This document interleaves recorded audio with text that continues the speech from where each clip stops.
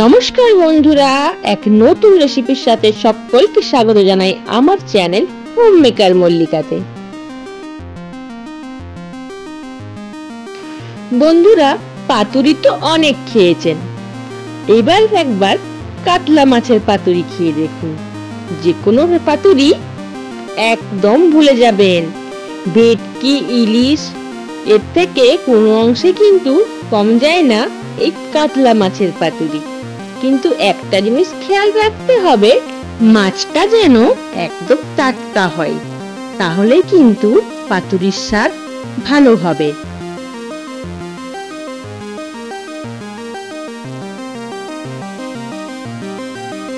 তাহলে চলুন বন্ধুরা, কাতলা মাছের পাতুরি রেসিপিটা শুরু করে নেওয়া যাক। কাতলা মাছের পাতুরি বানানোর জন্য সবার প্রথমে আমি নিয়ে নিয়েছি ফ্রেশ কাতলা মাছের 4টি পেটি। এখানে মাছটা যেন একটু ফ্রেশ হয় সেটা খেয়াল রাখতে হবে, তাহলে কিন্তু পাতুরি খুব ভালো হবে। এরপর আমি মাছটাকে প্রথমে একটা ম্যারিনেশন করে নেব। তার জন্য আমি দিয়ে দেব সামান্য একটু গোলমরিচের গুঁড়ো, একটু নুন, আর তার সাথে দিয়ে দেব একটু পাতিলেবুর রস। মাছটা আমি দুবার ম্যারিনেশন করব, এটা হলো আমার প্রথম ম্যারিনেশন।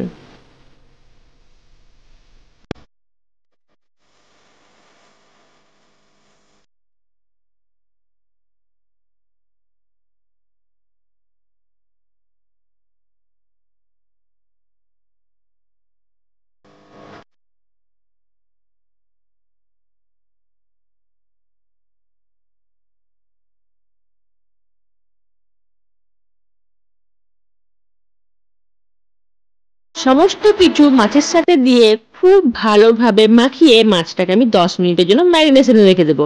যতক্ষণ মাছটা ম্যারিনেশন হচ্ছে, অন্যদিকে আমি একটা পাতুরি বানানোর জন্য মশলা রেডি করে নেব। পাতুরির মশলা বানানোর জন্য আমি এখানে নিয়েছি 1 টিস্পুন সাদা সর্ষে, 1 টিস্পুন কালো সর্ষে, 1 টিস্পুন পোস্ত, 5 থেকে 6টি কাজু নিয়ে নিয়েছি, একটা বড় সাইজের টমেটো নিয়ে নিয়েছি কয়েকটা কাঁচা লঙ্কা, নিয়ে নিয়েছি 1.5 টেবিল স্পুন টক দই। এরপর সমস্ত কিছুকে গ্রাইন্ডারে দিয়ে একটা স্মুথ পেস্ট বানিয়ে নেব।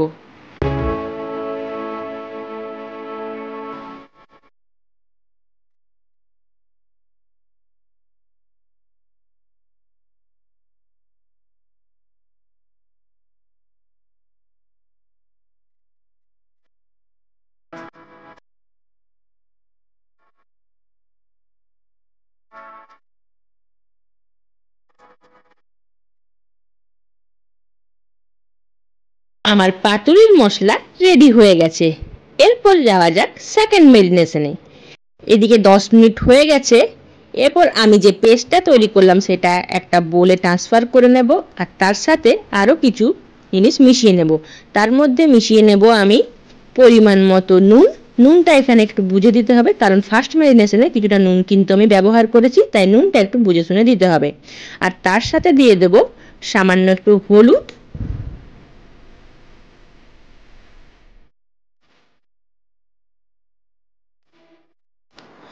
আর দিয়ে দেব 3 থেকে 4 টেবিল স্পুন কাঁচা সর্ষের তেল। এরপর সমস্ত কিছুকে খুব ভালোভাবে মিশিয়ে আমি একটা ব্যাটারের মতো এখানে তৈরি করে নেব।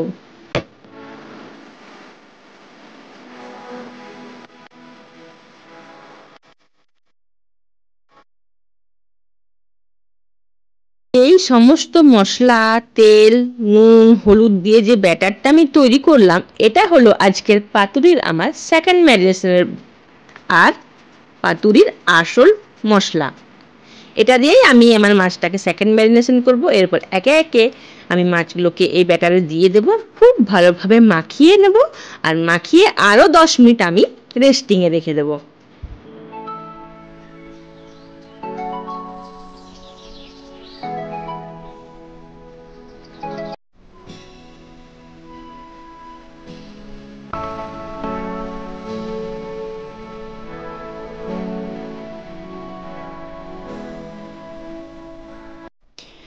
যতক্ষণ সেকেন্ড ম্যারিনেশন হচ্ছে, আমি পাতুরির জন্য কিছু কলা পাতা এখানে আগুনে সেঁকে নেব যাতে পাতাগুলো একটু নরম হয়ে যায় আর পাতুরিটা আমার মুড়তে একটু সুবিধা হয়, কারণ কলা পাতা টাটকাতে একটু শক্ত টাইপের থাকে, তাই মুড়তে গেলে ফেটে যায়। তাই আগুনে একটু সেঁকে আমি পাতাগুলোকে নরম করে নেব।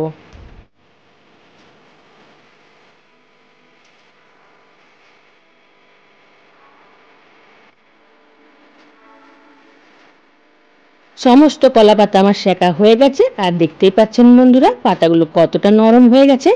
এই পাতা পাতুরি মোড়ার জন্য একদম পারফেক্ট।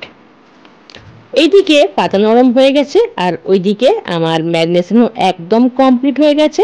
এবারে হলো পাতুরি মুড়ে নেওয়ার পালা।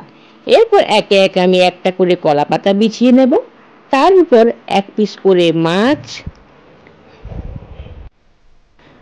সামান্য একটু কাঁচা সর্ষের তেল আর একটা চেরা কাঁচা লঙ্কা দিয়ে আমি কলা পাতা দিয়ে খুব ভালোভাবে মাছটাকে কভার করে নেব বা মুড়ে নেব।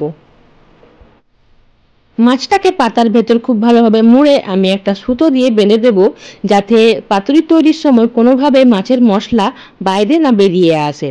এভাবে একে একে আমি সমস্ত মাছগুলোকে কলা পাতাতে দিয়ে ভালো করে মুড়ে নেব আর বেঁধে নেব।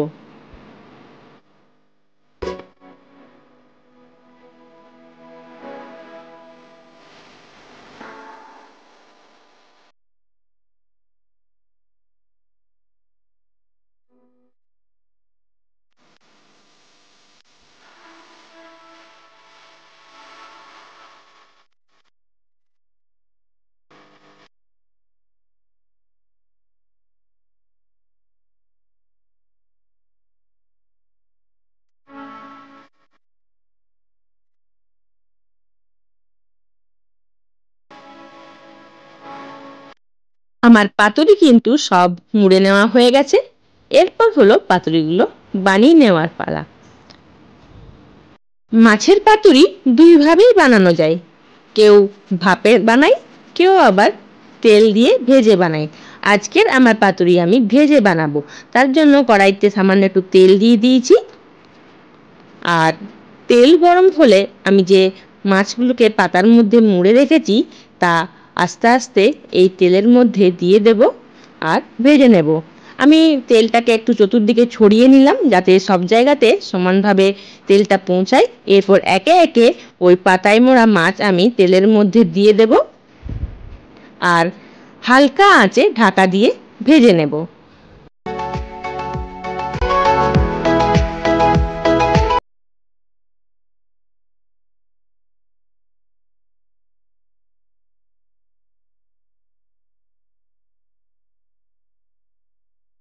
আমার পাতুরি এক পাশ ভাজা হয়ে গেছে। এরপর আলতো হাতে আমি পাতুরিটাকে একবার উল্টে দেব, আবারও একইভাবে কম আঁচে আমি আরেকটা পাশ ভেজে নেব।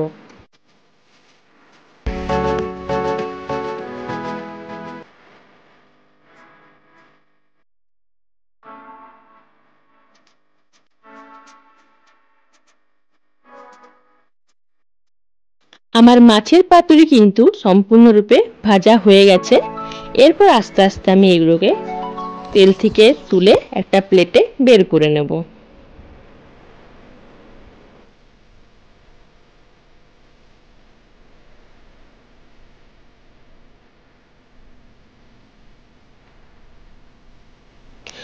আমার কাতলা মাছের পাতুরি একদম তৈরি হয়ে গেছে।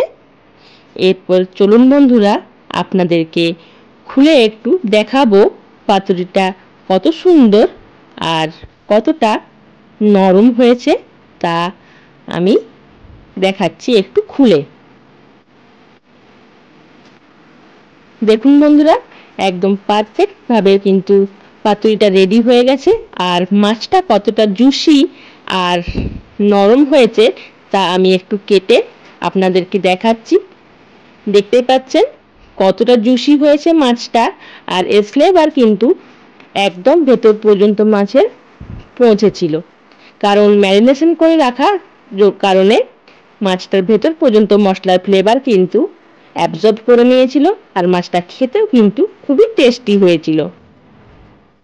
তাহলে বন্ধুরা, আমার আজকের এই কাতলা মাছের পাতুরির রেসিপি আপনাদের কাছে কেমন লাগলো তা আমাকে কমেন্টে অবশ্যই জানাবেন, কারণ আপনাদের একটা কমেন্ট আমার কাছে অনেক মূল্যবান এবং আপনাদের কমেন্টেই আমাকে আরও উৎসাহিত করে আমি নতুন কিছু আপনাদের সামনে নিয়ে আসার জন্য। আজকের মতো এই পর্যন্তই। সবাই ভালো থাকবেন, সুস্থ থাকবেন। দেখা হবে পরবর্তী কোনো একটা ভিডিওতে। ততক্ষণে সকলকে টাটা।